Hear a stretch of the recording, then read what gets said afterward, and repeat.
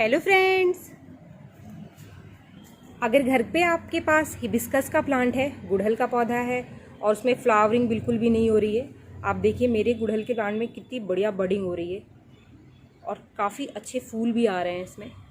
इसकी हर ब्रांच पर काफ़ी सारे बर्ड्स हैं। तो अगर आपको भी ऐसे ही फ्लावरिंग चाहिए आपके हिबिस्कस प्लांट पे, तो एक बहुत ही बढ़िया होममेड फर्टिलाइज़र जो कि आपके गुड़हल के प्लांट के लिए बेस्ट फर्टिलाइज़र है, मात्र उसके इस्तेमाल से ही हमारे गुड़हल के प्लांट में बढ़िया फ्लावरिंग होती रहती है।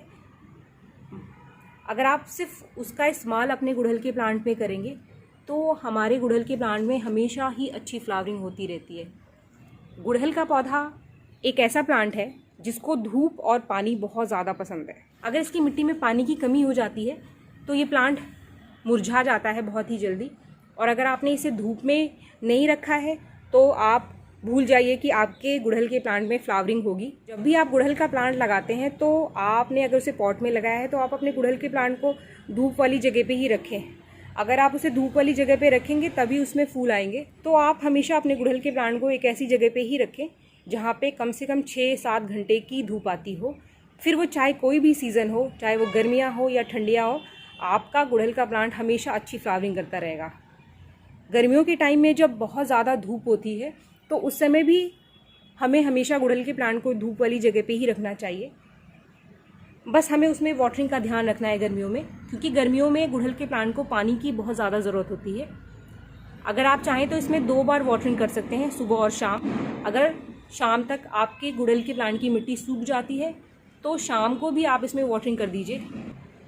इससे आपका प्लांट मुरझाएगा नहीं और सडनली स्ट्रेस की वजह से इसकी कलियां भी नहीं गिरेंगी। बहुत सारे लोगों की कंप्लेन होती है कि उनके गुड़हल के प्लांट पे बिल्कुल भी फ्लावरिंग नहीं हो रही है, कोई भी फूल नहीं आ रहा है उनके गुड़हल के प्लांट पर।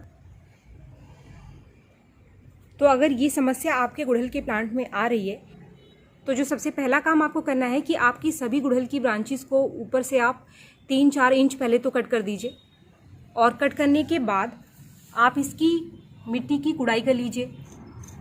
कुड़ाई करने के बाद आपको अपनी गुड़हल की मिट्टी में सबसे पहले किसी कंपोस्ट का इस्तेमाल करना है, किसी ऑर्गेनिक कंपोस्ट का इस्तेमाल करना है आपको। अगर आपके पास वर्मी कंपोस्ट है या गोबर की खाद है तो आप उसका इस्तेमाल करें।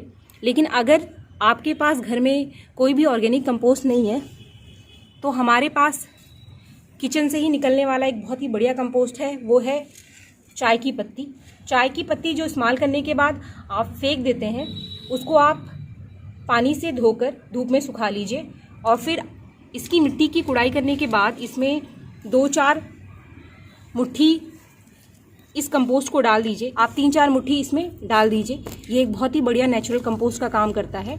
जब भी हम किसी प्लांट की प्रूनिंग करते हैं तो हमेशा हमें सबसे पहले एक ऐसे कंपोस्ट का इस्तेमाल करना चाहिए अपने प्लांट की मिट्टी में, जिससे कि इसकी जो ग्रोथ है वो अच्छी हो जाए और ज़्यादा से ज़्यादा ब्रांचेस निकल कर आए। तो उस कंपोस्ट में नाइट्रोजन की क्वांटिटी होनी चाहिए जो कि हमारे इस चाय की पत्ती में अवेलेबल है। जितने भी ऑर्गेनिक कंपोस्ट होते हैं जैसे कि वर्मी कंपोस्ट और गोबर की खाद, तो उन सब में नाइट्रोजन की क्वांटिटी काफ़ी अच्छी होती है, जो कि हमारे प्लांट की ग्रोथ को बढ़ाने में हेल्प करता है। और चाय की पत्ती में भी नाइट्रोजन की क्वांटिटी बहुत ज़्यादा होती है। तो अगर आपके पास घर में कोई कंपोस्ट नहीं है तो उसकी जगह पे आप चाय की पत्ती को एज अ कंपोस्ट अपने गुड़हल के प्लांट के लिए इस्तेमाल कर सकते हैं। उसके बाद जैसे ही आपको अपने गुड़हल में कोई नई पत्ती दिखाई देने लग जाए तो आपको जो फर्टिलाइज़र इस्तेमाल करना है वो भी नेचुरल फर्टिलाइज़र है जो कि हमारे किचन में ही अवेलेबल है। वो जो फर्टिलाइज़र है वो है बनाना पील। केले के छिलके को पहले मैंने धूप में सुखाकर अब उसको मैंने ये छोटे टुकड़ों में काट लिया है। साथ ही मैंने लिया है ये कुछ प्याज के छिलके। बनाना पील को आप अच्छे से पहले धूप में सुखाना बिल्कुल भी ना भूलें।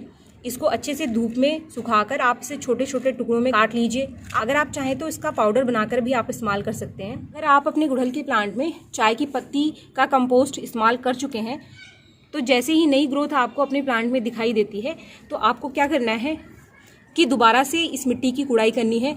देखिए मैंने तो इसकी कुड़ाई कर ली थी और कंपोस्ट मैंने डाल दिया था, लेकिन आपको दिखाने के लिए मैं इस फर्टिलाइज़र का भी इस्तेमाल इस समय कर रही हूँ। जिनके प्लांट में बिल्कुल भी फ्लावरिंग नहीं हो रही है उन्हीं को अपने प्लांट की कटिंग करनी है, उन्हीं को अपने प्लांट के टिप की प्रूनिंग करनी है। लेकिन जिनके प्लांट में फ्लावरिंग हो रही है पर बहुत अच्छी फ्लावरिंग नहीं हो रही है, तो ये दोनों ही चीज़ों का इस्तेमाल आप साथ में कर सकते हैं।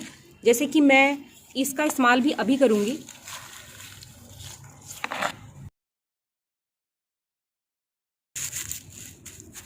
इसको मैंने इसकी गुड़हल की मिट्टी में डाल दिया है और फिर हम इसी की मिट्टी से इसको कवर कर देंगे।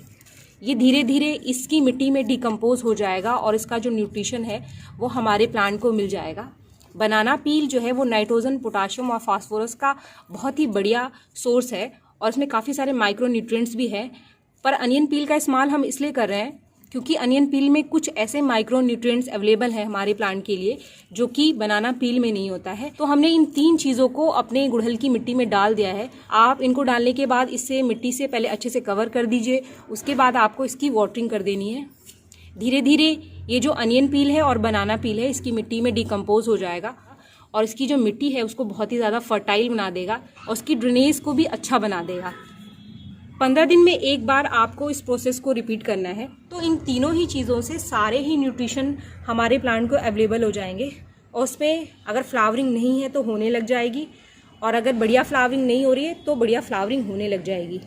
और ध्यान रखें आप, जो गुड़हल का प्लांट है उसमें कीड़े बहुत आसानी से लग जाते हैं और इसकी पत्तियों का रस चूस लेते हैं, जिससे ये जो इसकी पत्तियां हैं वो कर्ल होने लग जाती हैं और ये इसकी कलियों में भी घर कर लेते हैं, तो जिससे कि इसकी कलियां पूरी तरीके से खिलती नहीं और गिर जाती हैं। तो आप इस पर किसी इंसेक्टिसाइड का स्प्रे ज़रूर करते रहें। हमारे घर के किचन में ही पाए जाने वाले 1 चम्मच हल्दी पाउडर और 1 चम्मच बेकिंग सोडा को आप 3-4 लीटर पानी में घोलकर इस पर आप 10 दिन में एक बार स्प्रे करते रहें, तो काफ़ी हद तक हमारा प्लांट इन कीड़े मकोड़ों से बचा रहता है और इसकी फ्लावरिंग में कोई भी प्रॉब्लम नहीं आती है। अगर आपको ये वीडियो पसंद आया तो एक लाइक ज़रूर करें और मेरे चैनल को सब्सक्राइब करना ना भूलें। Thank you.